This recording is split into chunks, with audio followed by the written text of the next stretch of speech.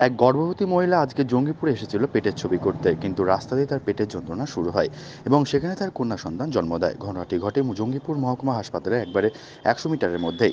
গর্ভবতী মহিলার সঙ্গে দুজন মহিলা আসায় তার চরম সমস্যায় পড়ে যায়। তারা কি করবে কিছুই বুঝতে পারছিলেন না।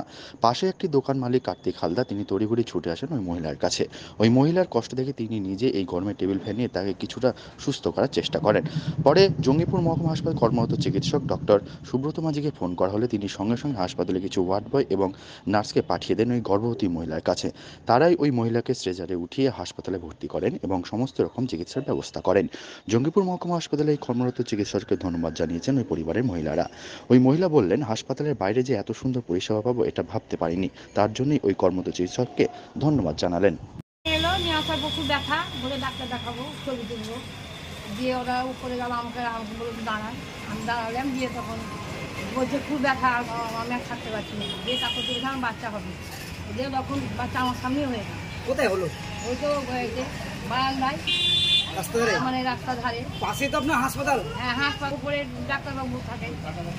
ডাক্তার দেখাতে এসেছিলেন? হ্যাঁ। কোথায় বাড়ি আপনাদের? ওদের বাড়ি জগন্নাথপুর।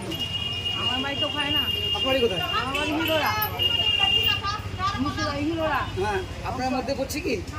না, আমাদের দিকে মানে আপনি দেখে হ্যাঁ, আমি এখানে এসছি ডাক্তার দেখাতে। আপনি কি চাই করেন? আইসি দেখছি। ওই দেখে আপনি পাশে সাহায্য করলেন? কি না আপনার? তাই মনে করি।